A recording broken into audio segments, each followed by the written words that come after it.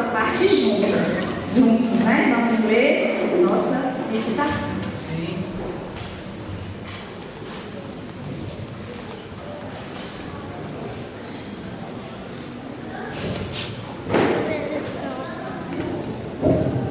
Quando a família se coloca no caminho. Por essa razão, o homem deixará pai e mãe e se unirá à sua mulher, e os dois se tornarão uma só carne. Assim, eles já não são dois, mas sim uma só carne. Portanto, o que Deus uniu, ninguém separa. Querido Deus, neste momento, Senhor, queremos essa mensagem, que o Senhor possa nos inspirar, Senhor. Que por meio dela possamos ser um casal blindado contra as investidas do inimigo, Senhor. Que possamos fazer do Senhor o centro das nossas vidas. Uma mulher me perguntou: devemos deixar nossas famílias e nos unirmos um ao outro? Mas meu marido é tão ligado à família dele que eu me sinto deixada de fora. O que posso fazer? É claro que essa situação pode acontecer com homens ou mulheres. O conceito de deixar-se unir-se é fundamental no ensinamento bíblico sobre o casamento. Aparece pela primeira vez em Gênesis, logo depois da união do primeiro homem e da primeira mulher. Tanto Jesus como Paulo citaram esse versículo e o fizeram por uma boa razão. Quando o princípio não é seguido, o casamento sofre.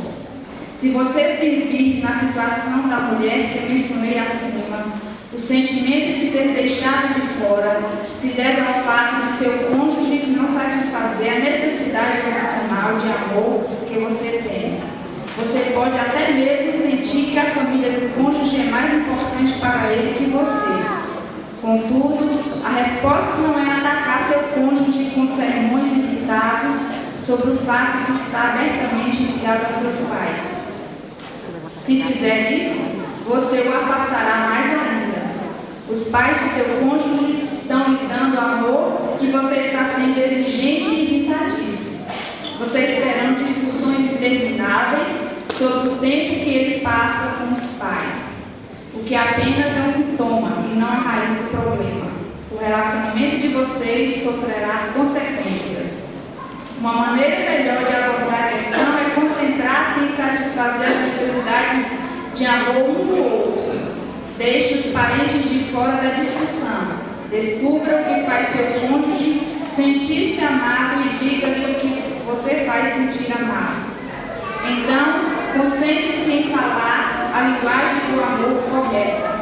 Você e seu cônjuge serão atraídos um ao outro quando começarem a se sentir amados um pelo outro.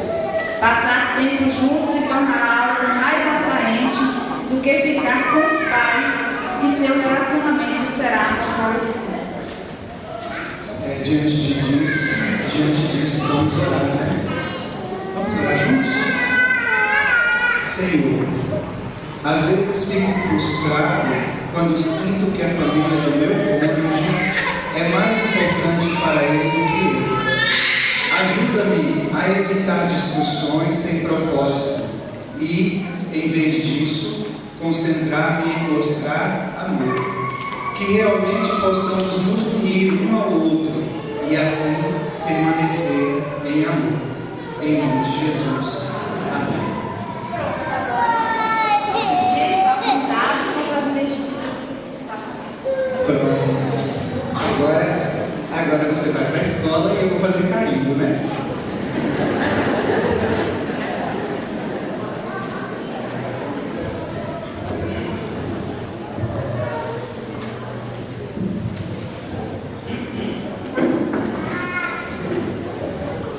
Feliz sábado a todos. Quem está feliz, levanta sua mão, diga amém. Cumprimente aí o seu irmão, seu amigo em Cristo, e seu amigo e irmão em Cristo que está aí ao seu lado.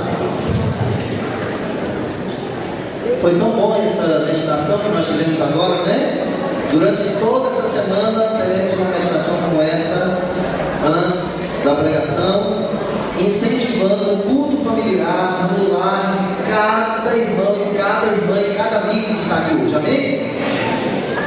Meus queridos, estou estou muito feliz pelo que Deus tem realizado na vida da sua igreja e pelo que Ele fará. Amém?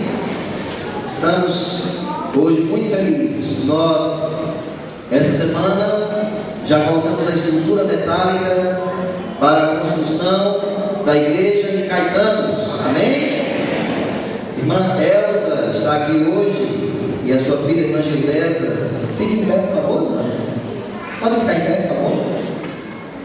Orem por essas irmãs, pela família, pelo irmão amado, pela esposa de Elza. Eles estão nos ajudando muito na construção da igreja de Caetanos e já se reúnem aos sábados pela manhã para fazer a escola sabatina lá. Amém? Orem para que Deus possa abençoar e dirigir a construção da igreja central. Orem por isso. Que Deus possa dirigir e abençoar ricamente. Estamos iniciando uma semana da família. Esse mês, na igreja central, é um mês para a família. Teremos até um casamento esse mês aqui, amém?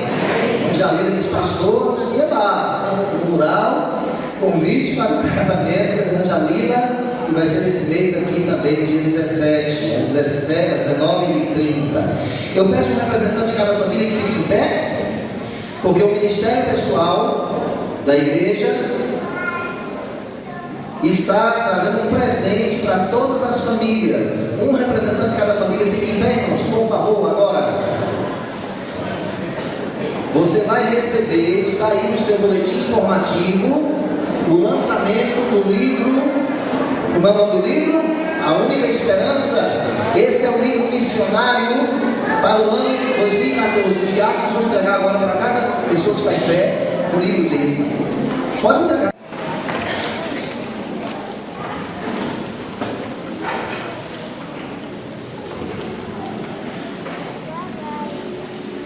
Capítulo número 6,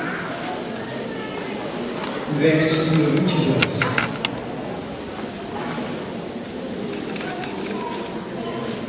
Livro de Gênesis 6, verso 22. Oremos. Deus amado, Deus eterno, queremos agradecer porque a Tua palavra está em nossas mãos. Queremos agradecer porque a Tua palavra está disponível para nós nos alimentarmos dela e brindarmos a nossa família. Queremos, ó Pai, que Tu nesta manhã continue falando aos nossos corações. Nós te pedimos em nome de Jesus. Amém. Gênesis 6, verso 22. E assim fez Noé, consoante a tudo o que Deus lhe ordenara. Amém?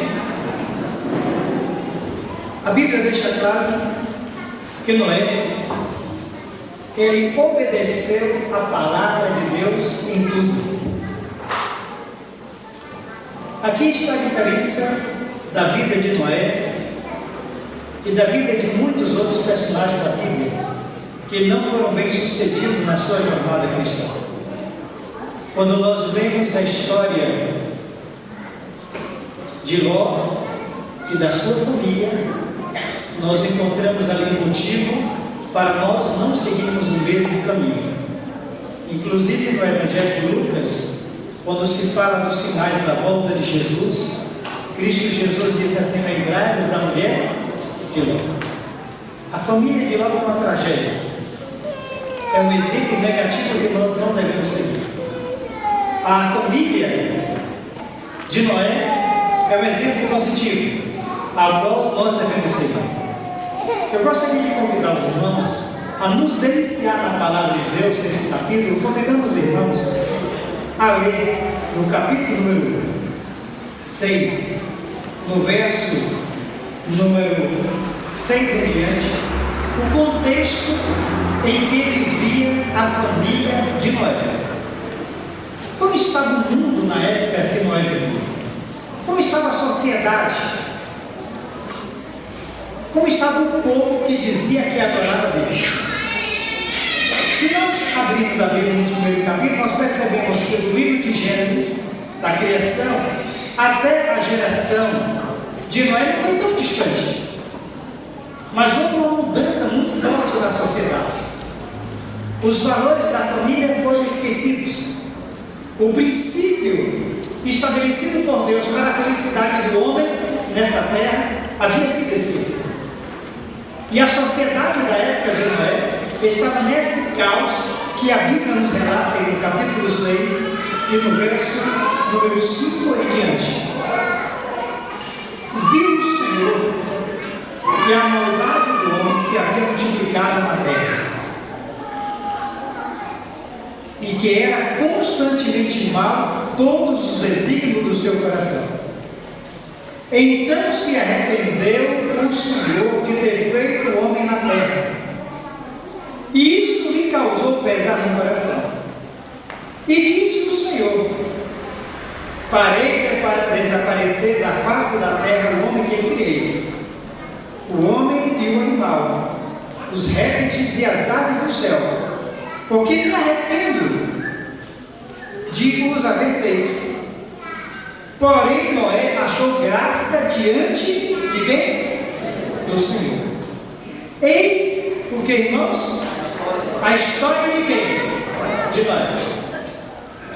Noé era um homem de que maneira? Justo. Que mais? Íntegro entre os seus contemporâneos. E como era Noé? Noé fez o quê? Andava com Deus. Noé andava com Deus. E gerou 3 filhos: Sem, Cã e Jafé. Amém? Diante dessa leitura, qual a imagem que está na sua mente da família de Noé? Qual a imagem que você criou? Noé vivia numa sociedade cristã, onde os seus vizinhos eram cristãos, onde as famílias que moravam na terra eram cristãs, botavam Deus em primeiro lugar. A igreja era uma grande bênção naquela época. É essa a imagem que vocês criaram na mente de vocês ao ler esse texto aqui? Não. Noé vivia na pior sociedade que existia. A sociedade de hoje está quase parecida, mas ainda é muito distante, porque temos aqui uma igreja, temos centenas de igrejas no mundo, o Evangelho tem sido pregado por toda a terra, a sociedade está mal, mas existe ainda nesse mundo, nesse planeta, muitas famílias de Deus, e vocês fazem parte dessas famílias, vocês fazem parte da história. Noé fazia parte de uma história bem diferente da nossa. A Bíblia diz que Deus se arrependeu. O nosso português, que é muito difícil de falar, inclusive eu sou vítima, eu não sei falar português direito. Meus pais nasceram aqui no interior de Poções, num lugar chamado Sete Voltas. Eu nasci e cresci ouvindo a linguagem pesada do meu pai, e até hoje eu não consegui falar bem português. É difícil falar bem português, mas Deus tem misericórdia de mim, me chamou no ministério e eu vou tocando. Mas o português diz aqui que Deus se arrependeu de ter criado o homem. Isso não é o sentimento divino. A palavra hebraica não diz isso. A tradução para o português não se conseguiu uma palavra apropriada. Talvez Deus ficou profundamente triste de ter criado o homem, e a situação do homem era essa. Era a lei do mais forte, a lei da violência. O mundo estava em caos. Como é que Deus criou um mundo perfeito? Os primeiros pais pecaram, a primeira família foi vítima do pecado, da desobediência a Deus, da desobediência à palavra de Deus. Quando Adão e Eva desobedeceu a palavra de Deus, até hoje nós sofremos as consequências. Para nós que somos pastores, é terrível sempre entrar no cemitério. Se os nossos primeiros pais não tivessem desobedecido a palavra de Deus, com certeza não haveria cemitério. Nós não precisaríamos estar sempre em cemitério. Nós não precisaríamos ouvir uma mãe dizer assim: Deus, por que tu levaste meu filho e não me levaste? Eu sou mais velho, eu tenho 80, eu tenho 98 anos, a minha filha 60. Deus, eu que precisaria morrer, família. E você tem que ouvir isso. A morte entrou na terra e um cristão não pode aceitar a morte como algo natural. Eu, como crente, não posso aceitar a morte como algo natural. Porque a morte separa as famílias, separa quem ama. Mas para resolver o problema da família e da morte, é que Cristo veio morrer por causa de nós. Mas a palavra aqui diz que Deus se arrependeu. Na realidade, Deus nunca se arrependeu de ter criado o homem. A tradução é que foi ruim. E não tem uma palavra que possa expressar o sentimento de Deus no momento em que Ele olhou para essa terra e viu as famílias desfaceladas. Qual o sentimento que você sente quando você passa na rua e vê dois homens se beijando? Qual o sentimento que você passa na rua e vê duas mulheres se beijando? Deus sente muito pior do que o que vocês estão sentindo. O sentimento é um sentimento de tristeza, de mágoa no coração. E quando Deus viu a situação, a lei do mais forte, essa lei que impera nas favelas e nos bairros mais distantes do centro da cidade, era que predominava. E a Bíblia diz que Deus sentiu um profundo pesar de olhar para esse mundo e ver essa situação, que não era o seu projeto. O projeto de Deus é que as famílias dessa terra fossem famílias equilibradas, de que o amor, a paz, a felicidade reinasse no coração de cada pessoa, a cordialidade fosse realmente a coisa mais importante na vida das pessoas. Mas a Bíblia diz que no meio dessa sociedade existia uma família diferente. Apesar de Deus ter ficado profundamente triste, Deus olha para essa terra e vê um homem. E a Bíblia diz que Deus achou graça. É impressionante quando nós lemos aqui no livro de Gênesis. Porém, Noé achou graça diante do Senhor. Eis a história de Noé, diz o verso número 8, verso 9. Noé era um homem justo, íntegro entre os seus contemporâneos. E Noé andava com quem? Com Deus. Quando alguém pergunta assim às crianças, no momento especial delas, quem andava com Deus? Todo mundo diz quem? Enoque, né? Quando a gente pergunta, quem andava com Deus? Todo mundo só fala Enoque. Mas a Bíblia diz que quem andava também com Deus? Noé. Noé também andava com Deus. E por Noé andar com Deus, esse foi o motivo que levou Deus a achar graça diante deste homem. A Bíblia continua dizendo, por que Noé achava graça diante de Deus? Existem dois versos que expressam o motivo pelo qual Noé teve esse momento especial da Bíblia dizer que achou graça. Não era questão de Deus ter um privilégio, de Deus ter um amor especial por esse homem. Muitas famílias são destruídas porque a mãe tem um amor especial por um filho, o pai tem amor especial por outro filho, por causa da própria Bíblia relata de Jacó. Jacó teve um amor especial a José e fez com que os outros irmãos se revoltassem contra ele. Eu tenho duas filhas. Eu amo cada uma diferente da outra. Eu não posso dizer que eu amo Deise mais do que Damares, Damares mais do que Deise. No início desse ano, depois da formatura da minha filha Damares em Ciências Contábeis, no meio do trabalho, ele olhou para mim e disse, pai, eu vou para Bangladesh. Eu disse, como? Eu vou para Bangladesh. Eu disse, aonde é isso? Aonde o pastor Anderson está? E você vai fazer o que lá? Eu vou trabalhar lá como voluntária durante 6 meses, um ano lá. Eu digo assim, vamos sentar, vamos conversar, que história é essa? A mãe começou a chorar. Não, eu quero ir agora. Eu disse, não. Eu vou em setembro, meu filho, também não. Eu não vou pegar uma menina bonita, linda, colocar num avião, transpor, soltar na Turquia, pegar um outro voo e chegar em Bangladesh. Que nada, nossa. Vamos construir ideia. Vamos conversar com Anderson. A filha mais velha deles, que faz medicina, foi para o Amazonas, ficou numa lancha 21 dias. Com o Anderson lá. E o Anderson agora está em Bangladesh. E ela tomou a decisão. Eu, no ano retrasado, eu tinha dito: Damares, antes de você se formar, você está nova, vá para um campo missionário, vá ajudar um lugar do mundo aí, a igreja. Mas eu nunca pensei em ir para o Bangladesh. Um lugar extremamente violento para as mulheres, onde a discriminação é muito forte. E aí construímos a ideia, disse: olha, quando o Anderson vier com a família, quando ele voltar das férias para o trabalho dele, você pode ir com a família de Anderson, protegido. Mas só não dá. Porque não as duas. Não vou pegar uma menina bonita, botar no avião e ir para o outro país, o outro lado do nosso planeta, num lugar extremamente violento só.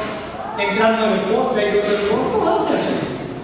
Então todas as duas filhas eu amo, são diferentes. Mas eu não posso amar mais a Deise do que a Damares, e a Damares do que a Deise. São iguais. Mas o tratamento de uma é diferente do tratamento da outra, cada um tem sua personalidade. Cada um tem seus desafios. A Deise acorda às 5 da manhã, depois que dormiu à meia-noite, às 3 da manhã, pega a Bíblia, faz o ano bíblico, faz a sua leitura, estuda a lição. Já a Damares eu tenho que estar no pé.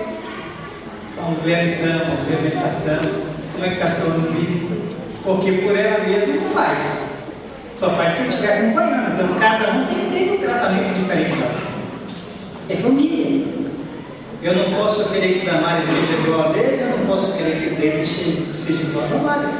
Cada um no universo. E a Bíblia deixa claro que Deus, Ele não olhou para Noé e disse: não, eu escolhi amar Noé. Não é isso. As nossas atitudes fazem com que o pai fique mais alegre ou não. As nossas atitudes fazem com que a mãe seja mais alegre ou não. Eu lembro que no Dia das Mães, quando eu tinha 17 anos de idade, e eu comecei a beber com 14 numa farmácia, em Beltrão e Confantor, e com 17 anos eu era alcoólatra, e eu e meu pai tínhamos realmente assim um atrito muito forte. E eu comprei um lindo presente, eu trabalhava, comprei um lindo presente, um presente caro, um presente que eu tinha juntado dinheiro pelo menos uns 2 meses, e eu achava que era o máximo, né? Eu achava que seria o presente que ia bombar para mim. E eu peguei aquele presente com muito suor, muita lágrima, com muita economia, dei para minha mãe. No Dia das Mães, ela abriu o presente, olhou, derramou lágrimas e disse assim: eu não gostaria de receber esse presente. Pense o que você sentiria. Você se esforçar a comprar um lindo presente, no Dia das Mães dar um presente, sua mãe derramar lágrimas e dizer assim: eu não gostaria de receber esse presente. Ari, você sabe qual é o presente que eu gostaria de receber de você? Que você me obedecesse. Este seria o maior presente que você poderia me dar. Eu nunca esqueci disso. Marcou a minha vida. Deus não olhou para Noé e escolheu Noé porque Noé era mais bonito. A Bíblia expressa os motivos pelo qual Deus olhou para Noé e achou graça. O primeiro verso é o verso que nós lemos, que está no capítulo 6, no verso número 22. Assim fez Noé consoante a tudo que Deus lhe ordenou. A Bíblia fala no capítulo 7 que Noé entrou na arca, e vamos trabalhar um pouquinho nisso, no verso número 5 do capítulo 7, mais uma vez a Bíblia relata, e tudo, capítulo 7, verso 5, e tudo fez o Senhor lhe ordenar. Nas entrelinhas da vida de Noé, nós encontramos que Noé era um homem extremamente obediente à palavra de Deus. Se a família de Noé foi uma família protegida, foi uma família blindada, se a família de Noé faz parte da história do cristianismo na terra e é um exemplo para cada um de nós, o segredo era que Noé era um homem obediente à palavra de Deus. A palavra de Deus fazia parte da vida de Noé. Deus falava, Noé obedeceu. Não era como um soldado que não discute com o seu general. O general dá ordem, o soldado obedece. Assim na vida de Noé. E nesse relacionamento de Noé com Deus, nesta comunhão de Noé com Deus, Deus chama Noé e diz: Noé, eu tenho que destruir. E eu não gostaria que o mundo tivesse desculpa que ele não teve a oportunidade. Então eu quero que você construa uma arca. Pense se Deus chamasse você e mandasse você construir uma espaçonave. Você não fez engenharia? Você não fez o curso de construção de aeronave? Mas Deus chegasse para você e quer que você construa. Em outras palavras, quando Deus mandou Noé construir uma arca, nunca tinha sido construído um navio. E ainda a mensagem de Noé para o seu tempo era uma mensagem totalmente equivocada para os cientistas, para os doutores, para a mente pensante da sociedade da época. Vai cair água do céu. Nunca vi isso. Terceiro, a mensagem também não é uma mensagem popular. Deus vai destruir a terra. Impressionante, eu já li o livro Patriarcas e Profetas. Eu não encontrei que Deus fez Noé achar uma mina de diamante, nem uma mina de ouro, para que Noé pudesse construir a arca. Deus mandou: faça a arca. De quem seriam os recursos? Do próprio Noé. E eu creio que Deus não deu recursos a Noé para que aquela arca fosse construída ali em 10 anos, ou em 20 anos, ou em 30 anos, ou em 50, porque Deus amava ao povo que morava. Deus queria que a arca demorasse de ser construída. A Elislade diz que cada tábua colocada, cada martelada que era dada naquela arca, era a pregação de quem viria de Deus. 120 anos. Nós pregamos. Algo escalafobético sendo construído. Essa palavra, eu não sou muito bem em português não, mas eu estava de turismo com minha esposa, sempre nós viajamos de férias, e estávamos em João Pessoa e tinha uma caixa d'água, e aí o guia turístico disse assim: ali está uma caixa d'água escalafobética. Aí tem muita risada. Mas em outras palavras, a arca era algo escalafobético para aqueles dias, algo estranho. E havia um comentário no início, depois um comentário talvez com 50 anos, esse homem é louco. Todo recurso que nós tinha não era para ir ao shopping, não era para fazer viagem transatlântica, não era para viajar para outros. Tudo que nós tinha era para a construção daquela área. E o impressionante é que a Bíblia não fala, e você não encontra nenhum relato que a esposa e os filhos chamavam de Noé de maluco. Os filhos acreditavam tanto em Noé, no relacionamento de Noé com Deus, na comunhão de Noé com Deus, que a missão que Deus deu a Noé era uma missão agradável. Porque a nossa vida como cristão é uma vida de comunhão com Deus, de relacionamento com Deus, e uma vida de missão. Comunhão, relacionamento e missão. Como diz o pastor Ted Lewis, nosso presidente, CRM. Todo cristão tem que ter o seu CRM. Todo profissional tem que ter o seu registro. O registro do cristão é o CRM. Comunhão, relacionamento e missão. Noé tinha comunhão com Deus, tinha relacionamento com Deus, e agora tinha a missão de construir algo escalafobético. E quem tinha de colocar os recursos financeiros era o próprio Noé. E foi construído. Quando a arca estava pronta, todos os compartimentos, todos os alimentos colocados dentro da arca, Deus agora faz algo extraordinário, que é a saída dos animais de todos os recantos e ir para a arca. A mídia da época foi fantástica, algo extraordinário, tudo. Aí chama os doutores para explicar, chama os cientistas para explicar como é que aqueles animais sozinhos vieram de 2 em 2 e estavam na arca. Noé faz seu último sermão. A Bíblia deixa claro que Noé entrou com a sua família. Algumas pessoas chegam a dizer que Noé foi o pior evangelista já existente na história desse mundo. Porque Noé pregou 120 anos e apenas salvou 6 pessoas. 7 pessoas com sua esposa. Ele mais 7. Eu não acredito nesse pensamento, porque a Bíblia deixa claro que o que importa é se eu ganhar o mundo inteiro e perder minha salvação. Se eu ganhar 50 pessoas para Jesus Cristo, minha mulher e meus filhos se perderem, o que é que está adiantando? Como é que você vai se sentir, irmãos, na volta gloriosa de Cristo Jesus, você subir ao céu e a pessoa que você ama, sua esposa, o seu esposo, os seus filhos, seus netos, seu pai, sua mãe, ficar dormindo na terra? Como é que você vai se sentir?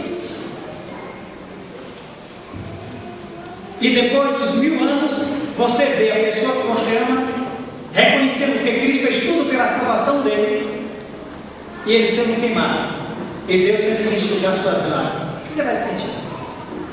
Então, para mim, Noé foi o maior evangelista que já existiu na face da terra.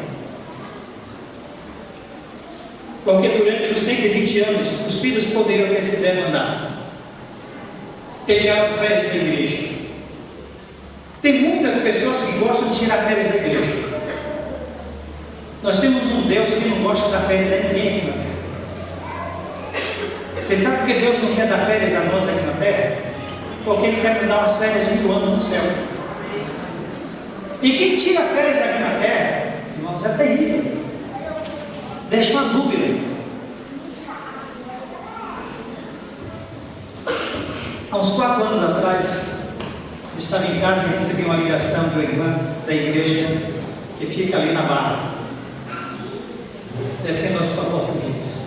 Pastor, a minha sobrinha morreu e os pastores da igreja dela não querem fazer o serviço fúnebre. Ela era batista. O senhor pode fazer o serviço fúnebre da minha sobrinha? Eu disse: se a senhora está me chamando, irmã, eu sou pastor, tem que ir. Quando eu cheguei no cemitério Jardim da Saudade, estava lá a TV Globo, TVE, TV Educadora, a SBT, a Record, todos os casos. A morte dessa jovem foi algo tremendamente terrível. Essa jovem nasceu na Igreja Batista, cresceu na Igreja Batista. A mãe abriu um centro de tratamento de drogados. A mãe salvou centenas de homens, centenas de mulheres das drogas. Essa jovem terminou o seu curso, a faculdade, estava trabalhando no Banco de Salvador e resolveu fazer o curso de Direito.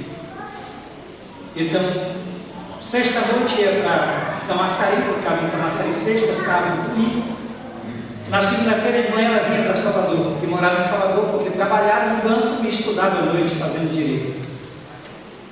A morte dessa jovem, ela era noiva de um rapaz da Igreja Batista, estava com data marcada para casar, e na faculdade agora de Direito encontrou um rapaz mais simpático, mais bonito, com a fala mais linda, e ela se engraçou com esse rapaz, terminou o noivado.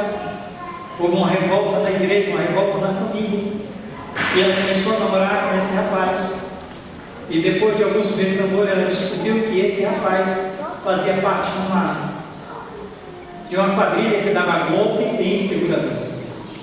E pelos princípios cristãos dela, que nunca deixou de existir, esta jovem, ela terminou o namoro. Só que o rapaz não aceitou. E o rapaz continuava insistindo. E como ele tinha frequentado algumas vezes o seu apartamento, esse jovem foi até o seu apartamento para convencer a ela a voltar ao namoro. E ela não voltou ao namoro, e ela tentando fazer com que ele se afastasse dela, ela disse algo que ela jamais deveria dizer. Ela disse: olha, se você continuar insistindo, eu vou lhe denunciar. E quando ela disse isso, ele sacou uma faca, deu 8 perfudadas nela, ela morreu, enrolou num tapete, jogou nesse carrinho de mercado que o prédio tinha, botou dentro do carrinho, desceu, jogou no porta-malas do carro e levou até o ferryboat para enterrar essa jovem na ilha, no terreno. Só que quando chegou no ferryboat tinha uma fila muito grande e ele, com medo ali, desesperado, pegou o carro e botou no estacionamento. Foi para casa para que no outro dia ele pegasse o carro e atravessasse e enterrasse a jovem. Descia o corpo da jovem. Alguém, por providência divina, desconfiou daquele carro parado e ligou para a polícia e disse: olha, tem um carro suspeito. Se era droga, o que era, alguém ligou para a polícia. E a polícia ficou de olho no carro. Quando ele veio buscar o carro, ele veio com o irmão dele, pegou o carro, em vez de atravessar, ele foi para a ribeira para trocar de carro. E quando ele estava tirando aquele tapete do carro para botar no outro carro, a polícia deu flagrante, pensando que era droga, e encontra o tapete todo melado de sangue e a jovem ali. Ele é preso em flagrante. E agora os pastores da igreja dela não queriam fazer o funeral. E agora ele tinha que fazer o funeral para ela. Irmãos, tem hora que você faz um serviço fúnebre, você diz tudo, mas você não tem uma palavra para animar aos parentes vivos. O que eu poderia dizer para aquela mãe? O que eu poderia dizer para aquele avô, que era um líder da igreja batista? O que eu poderia dizer para a mídia que ela estava? Não tinha nada para dizer. Eu disse tudo sobre a morte, sobre o pecado, mas não tinha nenhuma palavra de conforto para ela. Fui para casa. Quando eu cheguei em casa, no outro dia, recebo o telefonema da irmã de Lucas.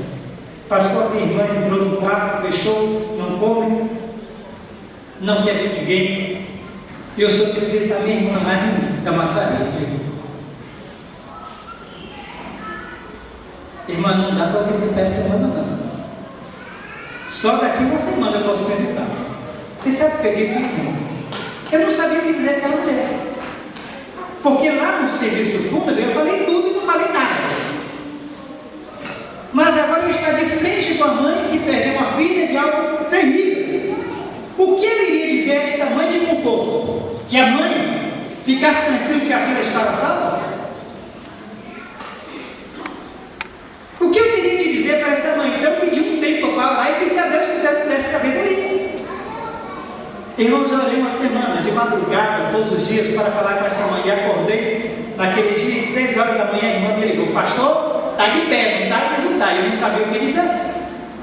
Orei, entrei no carro, peguei a irmã, peguei o ancião da igreja, viajei para Camaçari, cheguei na cidade, já tinha ligado para o pastor da cidade, encontrei o pastor e fomos para casa da irmã. Eu não sabia o que dizer. Abriu a porta, entrei na casa, sentei. A senhora presa dentro do quarto, escuro, sem ver ninguém, sem comer. E eu não sabia o que dizer àquela mãe. O que dizer àquela mãe? E eu orava, eu gemia, eu estava frio, porque não tinha uma palavra de conforto para aquela mãe. Eu não sei se vocês já passaram isso, mas nós, pastores, passamos momentos terríveis. Há momentos que no mesmo dia a gente faz um casamento, faz um batismo, faz um funeral e vê um casal se separando. Tudo um dia só. Por isso eu abençoo as irmãs idosas que oram por nós. O sucesso de um pastor é a igreja que ora.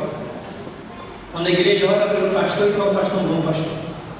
Se vocês deixam de orar pelo pastor, ele não será o pastor que vocês querem. Vocês têm que orar muito por ele, pela família dele. Aí ele vai ser o pastor do sonho de vocês. Aquela senhora recebeu a irmã, e a irmã entra no quarto e diz: olha, o pastor que fez o funeral da sua filha está ali. Ele veio te visitar. Ela tinha pedido aos pastores da igreja dela para fazer o funeral da filha, e os pastores não foram. Ela tinha uma gratidão a mim ou não? Tinha não? Ela saiu do quarto escuro em gratidão ao funeral que eu tinha feito. Não, por outro motivo. Só por isso ela saiu daquele quarto. Ela chegou na porta da sala e eu olhei para aquela mãe magra, um rosto tremendamente abatido, e eu não sabia o que falar.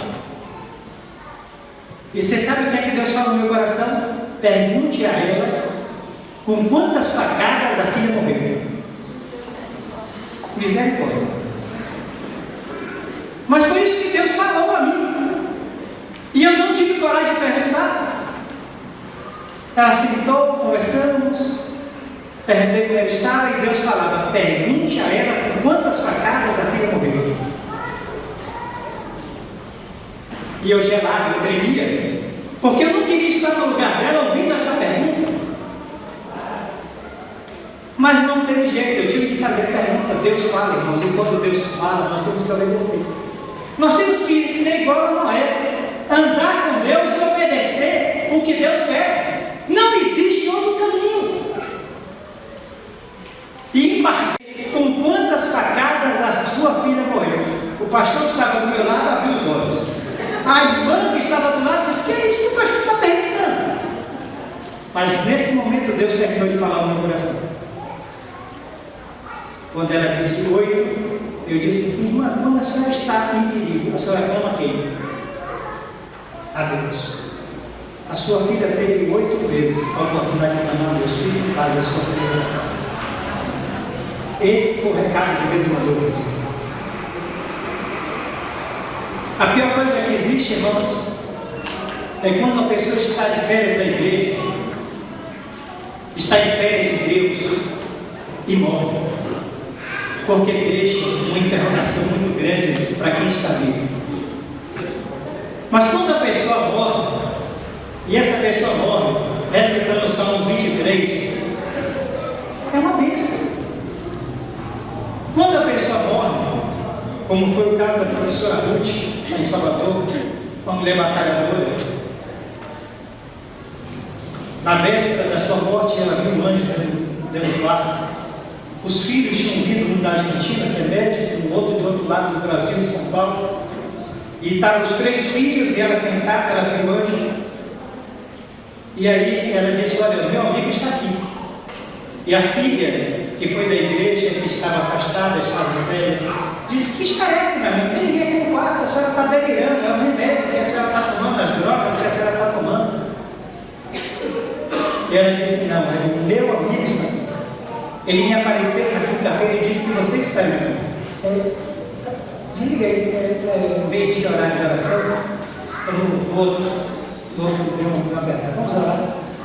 Querido Deus, meio-dia, um grupo dos teus filhos estão orando nesse momento, pedindo derramamento do Espírito Santo sobre a tua igreja. Abençoe o pastor Ted Wilson. Abençoe, ó Pai, também a liderança da Igreja Mundial, na divisão sul-americana, aqui na União, e também nesse campo. De maneira especial, esteja com o pastor desta igreja, sua esposa, sua família, e também a todos aqueles que trabalham nesta igreja para levar o teu evangelho. Abençoe cada membro em nome de Jesus. Amém. Conseguiu, não? Deixa eu ver.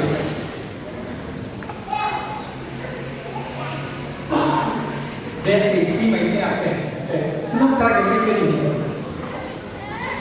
Mas a pior coisa que eu disse, irmãos, é uma pessoa morrer e deixar dúvida. Noé, ele deixou um exemplo para nós. A vida de Noé foi uma vida de comunhão, andando com Deus e de relacionamento com Deus. Noé vivia o ser e ele. Noé tinha comunhão, relacionamento, e Noé cumpriu a missão. Vou perguntar a vocês: na volta de Jesus, algumas das pessoas que viviam no tempo de Noé vai ter uma desculpa de dizer que não sabia que viria o dilúvio? Alguém vai ter desculpa? Não vai ter desculpa. Todas as pessoas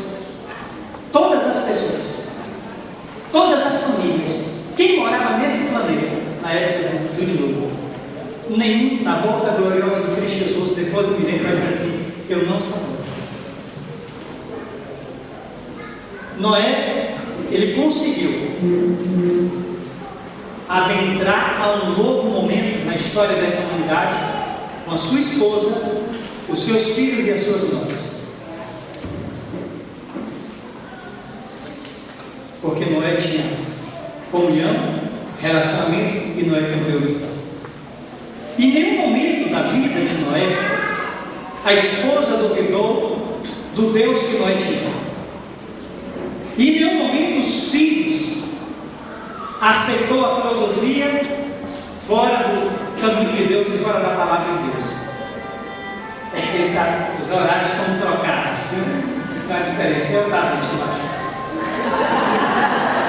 É meio-dia, meu telefone toca a cada 3 horas.